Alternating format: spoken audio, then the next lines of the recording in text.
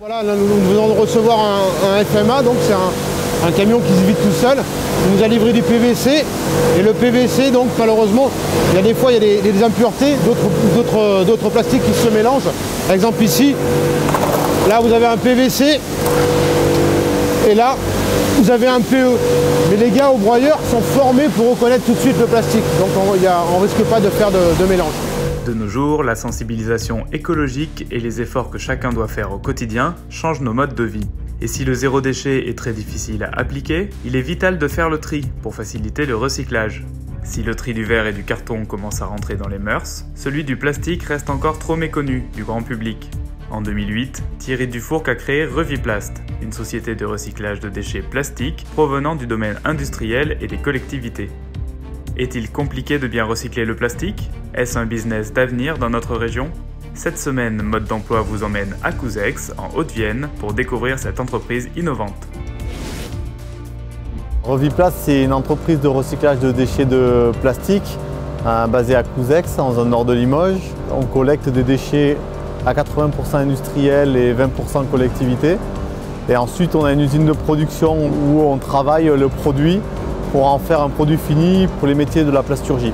Alors on recycle ce qu'on appelle les thermoplastiques, donc ce sont les plastiques qui sont recyclables parce qu'on peut les fondre. Il y a d'autres plastiques qu'on appelle les thermodurcissables qui ne sont pas recyclables par définition parce qu'en fait une fois qu'ils ont pris leur forme, ils sont figés, la molécule est figée et donc on ne peut plus la recycler. On traite tout type de thermoplastique sur le site. Notre activité à nous, c'est vraiment le broyage. Et on a une particularité, c'est qu'on traite de la post-production comme de la post-consommation, avec un objectif de changer la post-consommation et de s'approcher finalement de la post-production sans avoir un process qui soit trop lourd ou trop compliqué. Post-production par exemple, ça va être un plasturgiste qui a fabriqué une pièce, mais quand il a démonté la pièce, il y a de la chute en fait. On recycle cette chute-là. Et de la post-consommation, c'est un produit qui a vécu, comme un bac poubelle par exemple. Donc votre bac poubelle à la maison, quand il est cassé, la ville de Limoges vient vous le récupérer et c'est nous qui recyclons ce bac qui est cassé. Les thermoplastiques représentent entre 80 et 90% des déchets plastiques existants. Et une fois collectés, ces matériaux sont triés en fonction de leurs particularités. Il y a une grosse trentaine de familles, avec une grosse majorité qu'on appelle les polyoléfines. C'est les PEHD et les polypropylènes. Par exemple, votre bouteille de lait, à 90% c'est du PEHD, on sait le recycler. Nous, à partir du moment où on a un plastique recyclable, on sait le recycler. La difficulté, c'est pas tant recycler une matière homogène, c'est la collecter pour l'avoir de façon propre. Une fois collecté et trié, le plastique passe par 2 grandes broyeuses au rendement élevé. Au total, 500 tonnes de plastique sont recyclées par an, ici chez Reviplast. Alors le plastique arrive, donc il est broyé. Donc au niveau des broyeurs, ça part en granulés de 10 mm. C'est conditionné en big bag et c'est revendu comme ça. Nous, on se contente de faire du grain. Et c'est ce grain qui va être fondu en fait ensuite dans une extrudeuse chez notre client. Cela fait presque 20 ans que Thierry Dufourcq s'intéresse aux enjeux du recyclage plastique, ce qui fait de Reviplast une entreprise précurseur dans le domaine. Le plastique, c'était une matière tellement compliquée à recycler parce qu'il fallait avoir une technicité qu'il ne faut pas avoir pour la ferraille ou le carton, qui fait que peu de personnes s'y intéressaient. Et aujourd'hui, c'est devenu un enjeu majeur. On est dans une crise du déchet. Économiquement, c'est un métier qui est difficile. Nous, on peut recycler si on a un client derrière. S'il n'y a pas de client, vous allez pouvoir produire tout ce que vous voulez. Si vous n'avez pas de client, vous ne le vendez pas. Si vous ne le vendez pas, vous ne vivez pas. Donc, vous ne recyclez pas. Plus on travaille la qualité, plus derrière on valorise la matière et donc le prix. Et plus on s'offre des possibilités d'aller sur d'autres sociétés qui ont des critères plus élevés.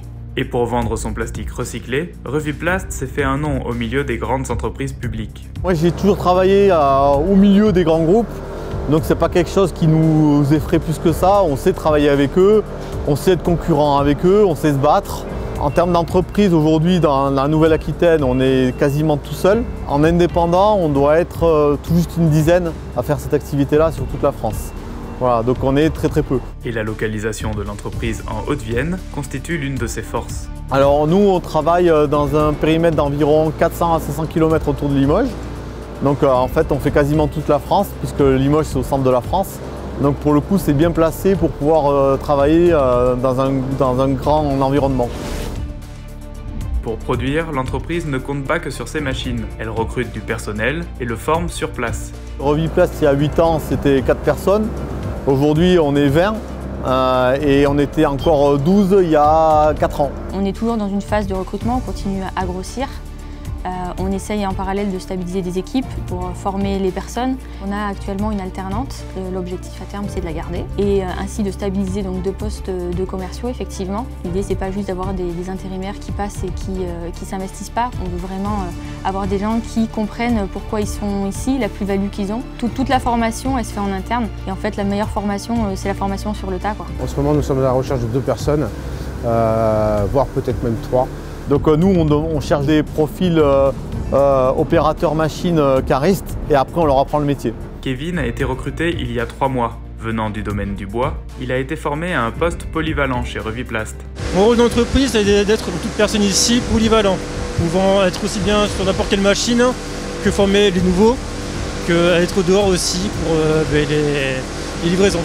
C'est une entreprise qui évolue rapidement, qui a besoin de personnes motivées et compétentes et qui sont, on va dire, curieux de nature.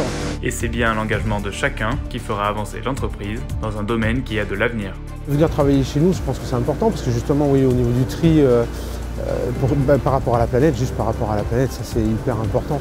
Et de prendre conscience des dangers de jeter n'importe où, de polluer en fait la planète avec nos déchets plastiques ou d'autres déchets. Pour moi, Reviplast, c'est l'avenir au niveau du plastique et du recyclage. Le plastique, c'est un marché d'avenir. On espère que d'ici 1 ou 2 ans, en termes de législation au niveau Europe, ça va beaucoup évoluer et qu'on va commencer à imposer des utilisations de recyclés sur de la fabrication. Tout le monde est responsable dans le cycle de vie d'un produit, donc si tout le monde joue le jeu, à un moment donné, ça peut que marcher.